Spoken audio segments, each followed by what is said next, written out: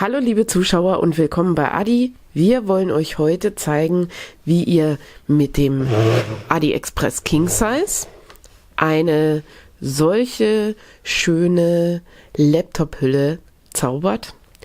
Die Verzierung hier haben wir mit dem Adi-Egg gemacht. Und wenn ihr wissen wollt, wie das jetzt geht, dann bleibt dran und wir zeigen es euch. Für unsere Tasche brauchen wir natürlich Wolle. Ich habe hier Baumwolle und zwar Schulgarn. Davon braucht ihr 4 Knäuel. Dann brauchen wir noch ein Kontrastgarn, was natürlich dazu passt für die Verzierung. Eine Häkelnadel, passend. Ich habe hier Stärke 4, ihr könnt aber auch Stärke 5 nehmen.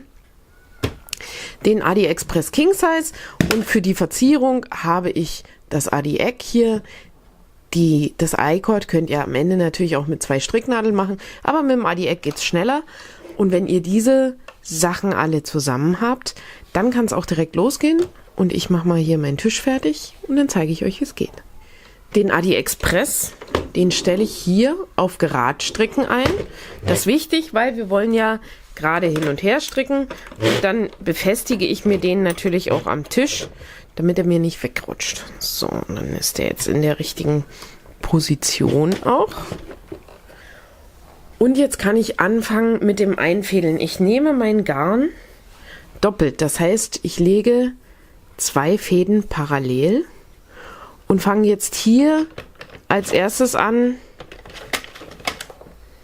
die in die Haken einzufädeln. Und zwar einmal in den Haken rein. Müssen wir gucken, dass wir am Anfang das hier gut festhalten. Und einmal hinter dem Haken dahinter und in den nächsten Haken wieder rein. Hinter den Haken, rein, dahinter, rein, dahinter, rein. Und das mache ich natürlich, bis ich am Ende angekommen bin.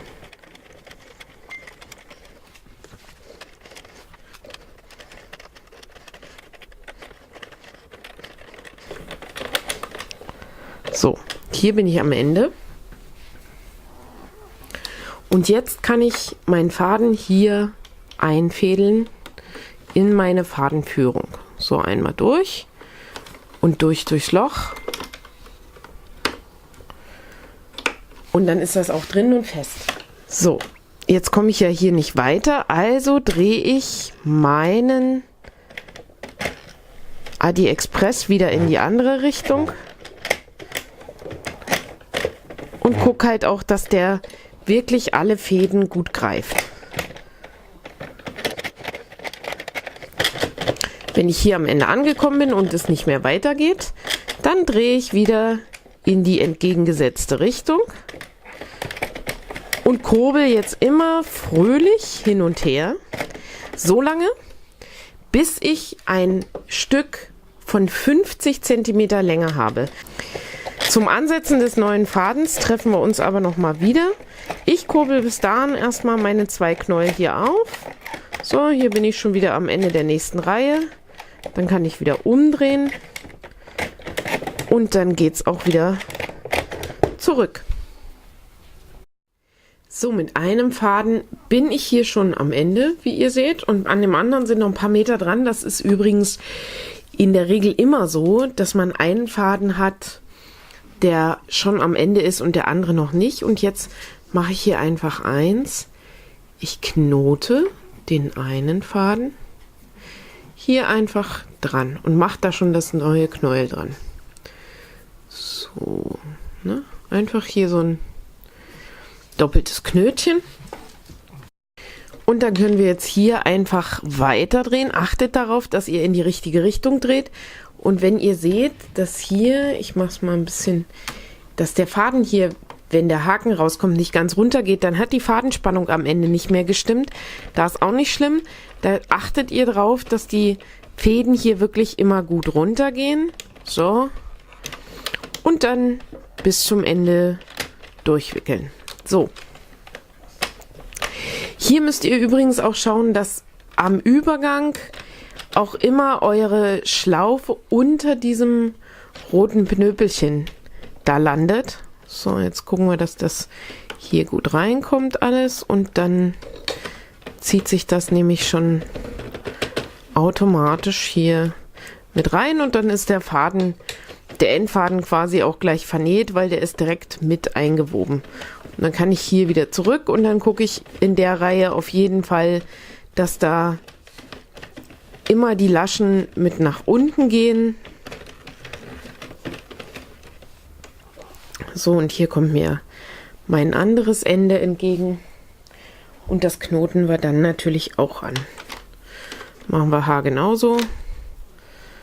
Einfach nur einen Knoten rein. So.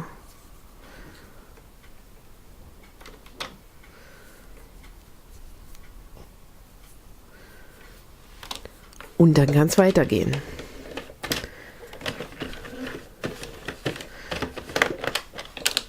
Und auch hier, wenn der Faden jetzt hier nicht da oben durch will, der Knoten, dann nehmen wir den kurz hoch. So. Und hier darauf achten, dass die alle schön unter dem Haken landen. So. Und dann haben wir hier auch den Farbwechsel schon vollzogen. Hier am Ende gucken wir wieder, dass hier der Faden hier drunter liegt. Da ist nämlich der weiße. So, jetzt müssen wir hier ein bisschen anziehen. Und dann bleibt er auch unter dem roten Knöpelchen da liegen und dann löst er sich am Ende auf. Das darf der aber erst auf der Rücktour, weil sonst verlieren wir dort die erste Nadel. Und jetzt hier auf dem Rückweg müssen wir natürlich gucken, dass hier auch wieder die Maschen überall gut runtergehen. Und damit haben wir das neue Knäuel halt auch schon direkt angesetzt. Und das wird am Ende gar nicht auffallen. So, jetzt kurbel ich, bis ich noch 50 cm Länge habe.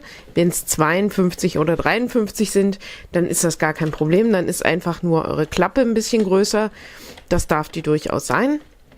Und wenn ich da angekommen bin, dann treffen wir uns wieder. Dann zeige ich dir nämlich noch, wie abgekettet wird. So, meine Länge ist erreicht. Hier liegt schon ganz viel Stoff drin. Und damit ich das jetzt hier runter bekomme, nehme ich das ausnahmsweise nicht mit der Nadel ab, denn ich möchte es gleich abhäkeln mit meiner Häkelnadel. Die brauchen wir dann jetzt gleich hier. Das heißt, ich nehme den Faden raus. Vorsichtig natürlich. So. Und jetzt stricken wir einfach eine Runde und legen dabei den Faden nach hinten. Hier müssen wir natürlich zumachen. Und legen dabei den Faden nach hinten. Und dann rutscht das hier eigentlich überall von den Haken runter. Wenn nicht, achten wir wieder drauf, dass wir die Sachen hier einmal nach unten schieben. Da war dann wieder der Faden entweder ein bisschen fest oder ein bisschen locker. So.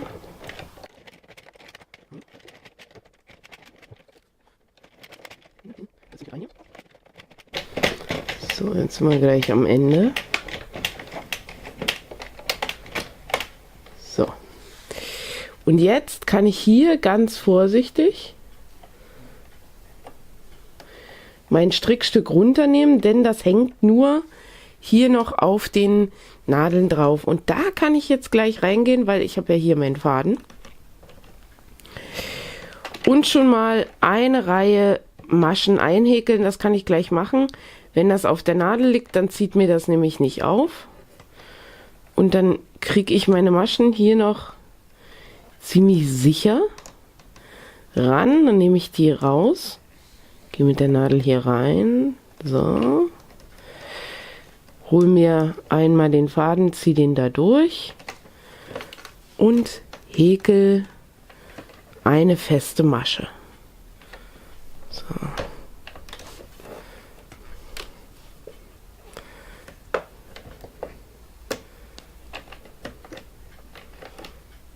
So.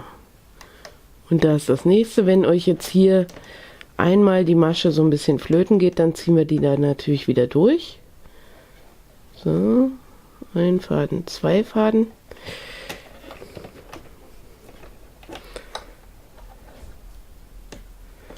Und dann kann das hier losgehen. So, das mache ich die ganze Reihe rum. Wenn ich die Reihe rum habe, dann zeige ich euch, wie es mit unserer Tasche weitergeht, weil das dauert hier ein bisschen und ist halt auch ein bisschen vorsichtig zu machen. Wenn euch das Abhäkeln gleich von der Maschine zu tricky ist, dann nehmt ihr eine Nadel und einen Kontrastfaden und dann geht ihr hier rein in die Maschen. So, komm her, Masche. So. Und dann nehmt ihr die auf und dann hebt ihr die einfach hier mit der Nadel runter. So. Und dann können wir hier den Kontrastfaden nämlich durchziehen. Das können wir auch abhäkeln, ganz entspannt. Und den Kontrastfaden können wir dann am Ende rausziehen. So, das zeige ich euch natürlich auch nochmal, wie wir das von dem Kontrastfaden abhäkeln. Ich habe meine Maschine übrigens schon abgeschraubt. Da kann ich dann die Maschine auch drehen, während ich hier davor arbeite. So.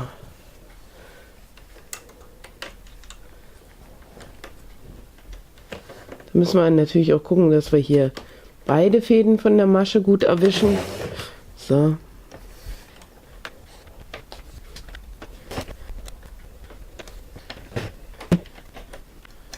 So, und das ist die letzte Masche. Und dann kann ich die jetzt hier rausnehmen.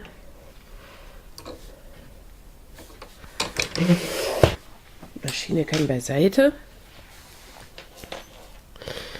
So, und jetzt suche ich mir natürlich meinen Anfang wieder. Da ist der. So, jetzt müssen wir mal gucken, wo wir hier sind. Jetzt haben sich hier natürlich bei mir ein paar Maschen aufgezogen. Das ist aber nicht schlimm. Die kriegen wir sehr schnell gerettet. Da ist die nächste Masche. Da häkel ich eine feste Masche rein. Und ihr seht, meine Häkelnadel ist ein bisschen klein. Ich könnte auch eine 5 nehmen. Dann würde ich das wahrscheinlich besser zu greifen bekommen. Und hier ist mir eine Masche abgerutscht. Das macht aber nichts, weil hier, wie ihr seht, kann ich die wieder auffangen und meine feste Masche da reinarbeiten. Und die nächste ist hier. Genau, da ist auch ein Faden schon runtergefallen, aber den ziehen wir auch wieder hoch. So. Und dann haben wir das hier. So. Und jetzt gehen wir natürlich immer, das zieht sich hier so ein bisschen eng durch den Faden jetzt. Wir gehen aber von links nach rechts in die Masche rein. So, müssen wir wieder ein bisschen aufziehen. Von links nach rechts in die Masche. Und dann eine feste Masche arbeiten. Und hier bei der nächsten auch, da könnt ihr so ein bisschen den Haken nehmen, um euch das aufzuziehen.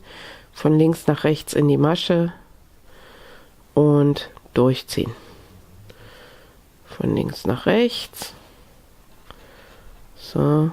Und durchziehen. Und das mache ich jetzt natürlich, bis ich hier alle Maschen abgehäkelt habe. Und wenn ich das habe, dann zeige ich dir, wie es weitergeht. So, wenn ich jetzt hier am Ende angekommen bin, dann kann ich als erstes mal meine Nadel hier rausziehen. Na, komm mal her. So. Und natürlich meinen Kontrastfaden einfach zur anderen Seite rausziehen. Das geht ganz einfach, wie ihr seht. Und dann haben wir das schon so. Und jetzt mache ich mal hier meine Masche ganz groß. Und jetzt falten wir die Tasche auch zu einer Tasche zusammen. So. Und zwar, der Kontrastfaden kann weg. Und zwar so, dass die sich hier oben überlappt. So, also hier oben ist unsere Klappe, da ist unser Anfang. Und die soll hier überlappen. So. So dass da 5 bis 10 cm hier drüber stehen. So, dann müssen wir natürlich gucken, dass das auch gerade ist. Das sieht ganz gut aus. Im Notfall könnt ihr natürlich auch abzählen. Ja? Ihr habt hier an der Seite so kleine Knötchen. Das heißt, ich zähle die Knötchen. Ich habe hier 1, 2, 3, 4, 5, 6, 7, 8 Knötchen. Und die zählen wir dann natürlich nachher an der anderen Seite auch. So, ich bin hier drüben angekommen. Und dann kann ich jetzt so hier meine Seiten auch zusammen häkeln. Das heißt, ich lege die so übereinander, dass hier eben Knötchen auf Knötchen trifft, da seht ihr das. Und dann gehe ich hier mit meiner Häkelnadel rein, gehe auf der anderen Seite in das andere Knötchen rein, hole mir den Faden und häkel eine feste Masche. Dann gehe ich hier in der anderen Seite rein, also einmal zwischen dem Knötchen und häkel wieder eine feste Masche. Dann kommt wieder mein Knötchen. Da gehe ich hier rein und auf der anderen Seite vom Knötchen rein und häkel wieder meine feste Masche. Dann kommt hier wieder die Masche zwischen dem Knötchen und hier wieder das Knötchen. Und das machen wir natürlich, bis wir unten angekommen sind.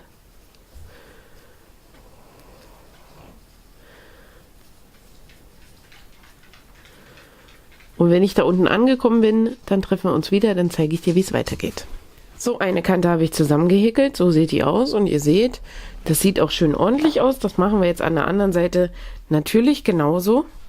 Da mache ich mir erstmal eine Anfangsschlaufe. So, und dann zähle ich hier oben, dass ich auch hier 8 Knötchen habe. 1, 2, 3, 4, 5, 6, 7, 8. So, da setze ich jetzt meine Ecke an. Wo ist meine Ecke? Hier ist meine Ecke. Und jetzt fange ich nicht hier oben an, sondern ich lege das flach, lege das hier überall schön zusammen. So, da kann ich das halt auch wirklich Knötchen für Knötchen zusammenlegen. Das rollt sich hier so ein bisschen ein, das rollen wir wieder ein bisschen auf. So. Und dann fange ich an, so hier unten sind wir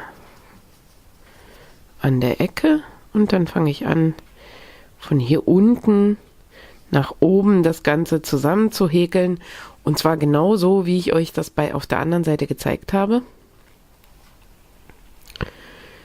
So, erstmal hier eine Kettmasche machen, um den Faden anzuhäkeln und dann kann ich den Faden gleich mit hier drauflegen. Dann muss ich den Anfangsfaden gar nicht vernähen, sondern den häkel ich gleich mit ein. Ihr müsst nur gucken, dass ihr beide Seiten hier gut gegriffen kriegt und dann wird hier auch losgehäkelt. Hier ist das Knötchen, da gehe ich auf der anderen Seite ins Knötchen rein und lege mir den Faden hier drüber und häkel den damit ein. Wenn ihr hier oben angekommen seid, wo sich das trifft, dann häkelt ihr einfach wirklich einmal zwischen das Knötchen und einmal in das Knötchen rein bis zur Ecke hoch. Und wenn ihr an der Ecke seid, dann häkelt ihr wirklich einmal neben das Knötchen und einmal in das Knötchen bis zur Ecke hoch. Und wenn ihr an der Ecke angekommen seid, dann sehen wir uns wieder. So, ich bin jetzt oben bei der Ecke angekommen. So sieht das jetzt auch hier aus. Und jetzt möchte ich oben hier den Anschlag anhäkeln und da kann ich auch gleich meinen Faden wieder einhäkeln. Und jetzt, wenn ihr hinschaut, seht ihr hier unsere Maschen. Ja, also hier sind die Maschen und in diese Maschen, da will ich rein, also wirklich hier rein in diesen Steg, der hier so senkrecht nach oben steht, denn das ist die Masche. So, und dann gehe ich da auch natürlich bis zur anderen Seite durch, hole mir den Faden und häkel eine feste Masche.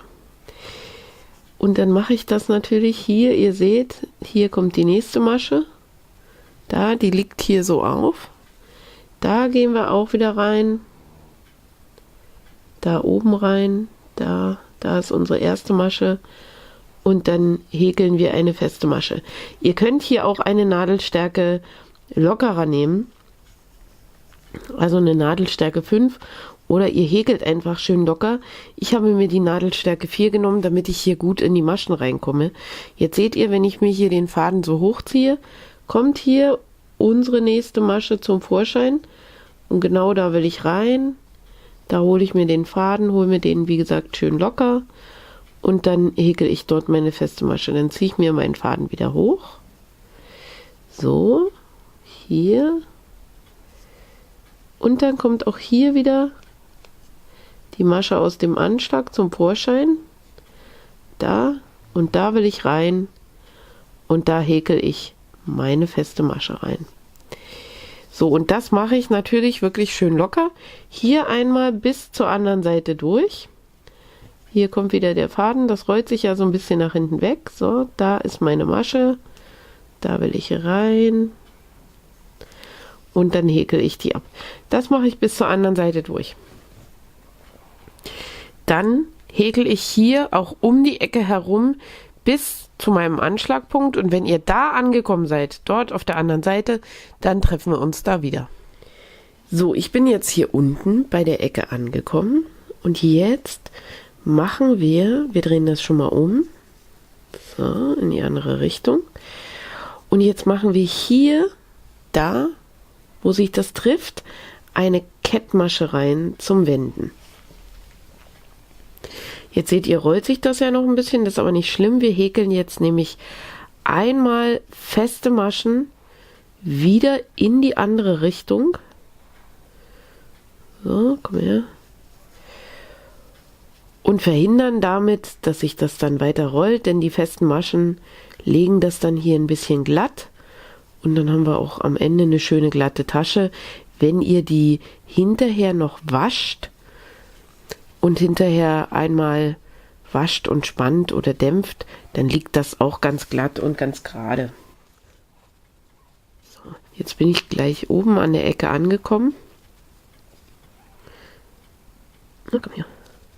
So, und hier, seht ihr, ist gleich die Eckmasche. Die lässt sich jetzt hier zum Beispiel nicht ganz so definieren, weil wir hier rumgegangen sind. Das ist aber die Eckmasche, die hier. Und in die Eckmasche häkel ich eine feste Masche, eine Luftmasche und nochmal eine feste Masche in diese Eckmasche rein. Und dann häkel ich hier wieder rüber und bis zur anderen Seite. Und auf der anderen Seite natürlich auch in der Eckmasche eine feste Masche, eine Luftmasche in die gleiche Masche rein. Und dann noch auf der anderen Seite nach unten häkeln und dann habt ihr das Umhäkeln schon geschafft. Dann kommt nur noch die Verzierung und dafür treffen wir uns dann hier wieder. So, meine Tasche ist fertig soweit. Den Faden hier unten habe ich schon vernäht und den letzten hier vernähe ich auch. Hier habe ich nämlich keine Luftmasche gemacht, bevor ich abgekettet habe, sondern ich habe hier einfach nur durchgezogen.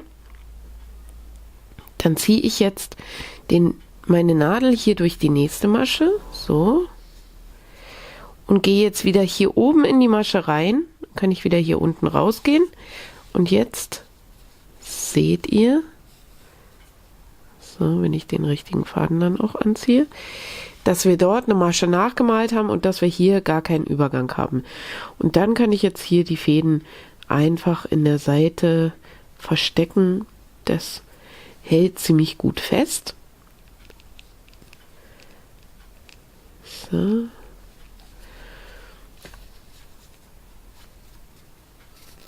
Und dann nach unten durchziehen.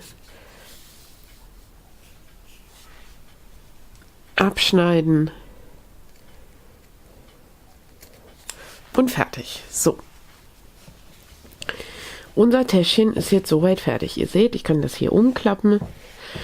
Und da kann mein Laptop rein, das ist schon mal alles gut. Ich habe jetzt hier mit dem Adi-Eck schon was vorbereitet und habe mir hier so 40 cm Kordel zurecht gekurbelt. Und damit kann ich jetzt hier natürlich zum Beispiel ein Blümchen drauflegen. Dafür brauche ich aber ein bisschen mehr Schnur. Ich habe mir überlegt, ich mache eine Schleife und zwar lege ich dafür einmal hier eine Schlaufe, so rum. Und dann lege ich nochmal eine Schlaufe so rum. Wenn ich das jetzt hier so in etwa in die gleiche Länge ziehe, so, dann habe ich eine Schleife da.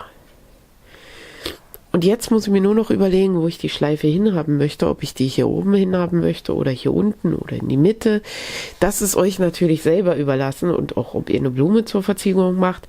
Ich finde die hier unten in der Ecke eigentlich ganz hübsch. So.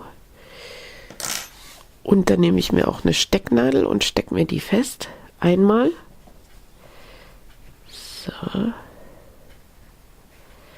Und jetzt habe ich hier relativ lange Endfäden, mit denen kann ich mein Schleifchen festnähen. Dafür fädel ich natürlich meinen Endfaden auf.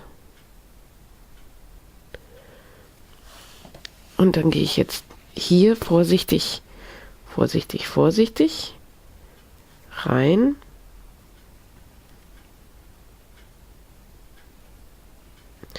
Und schaue, dass ich natürlich nur eine Lage erwische, gehe dann mit der Hand hier so ein bisschen nach innen rein, damit ich merke, ob ich dort auch nur eine Lage habe, und dann steche ich hier vorsichtig einmal unten rein und einmal natürlich hier nach oben in meinen Schlauch.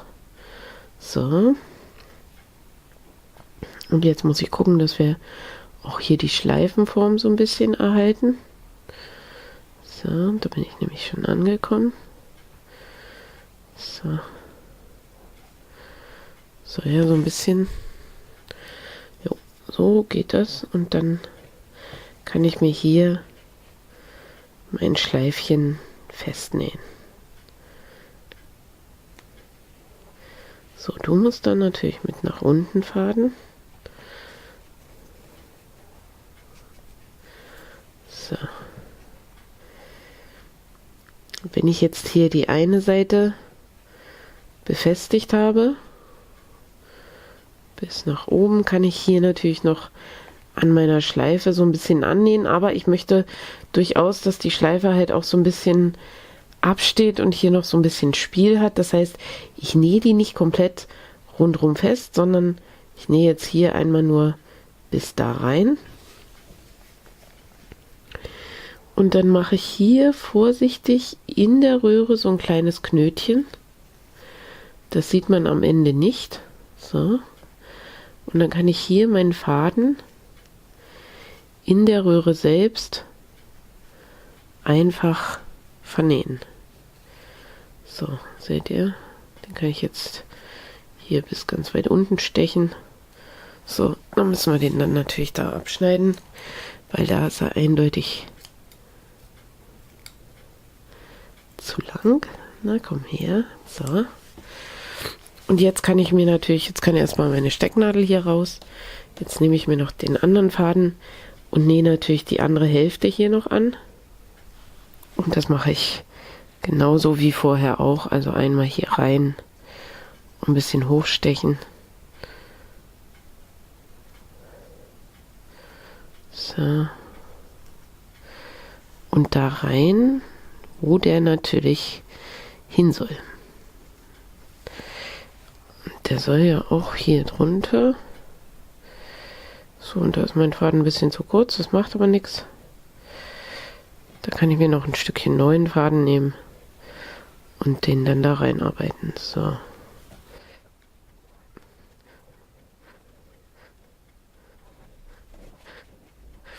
So, meine Schleife ist drauf. So sieht die jetzt aus. Die kann ich natürlich noch ein bisschen fester festnähen, aber ich mag es ja auch durchaus, wenn die hier so ein bisschen absteht. Den Endfaden hier kann ich auch abschneiden. Und dann ist mein Täschchen mit dem AliExpress schon fertig gekurbelt. Da kann jetzt der Laptop rein. Hier oben könnt ihr noch einen Verschluss dran machen. Und dann ist ratzfatz die Tasche fertig. Die Tasche ist natürlich ein super Geschenk für jemanden oder auch prima zum selber benutzen.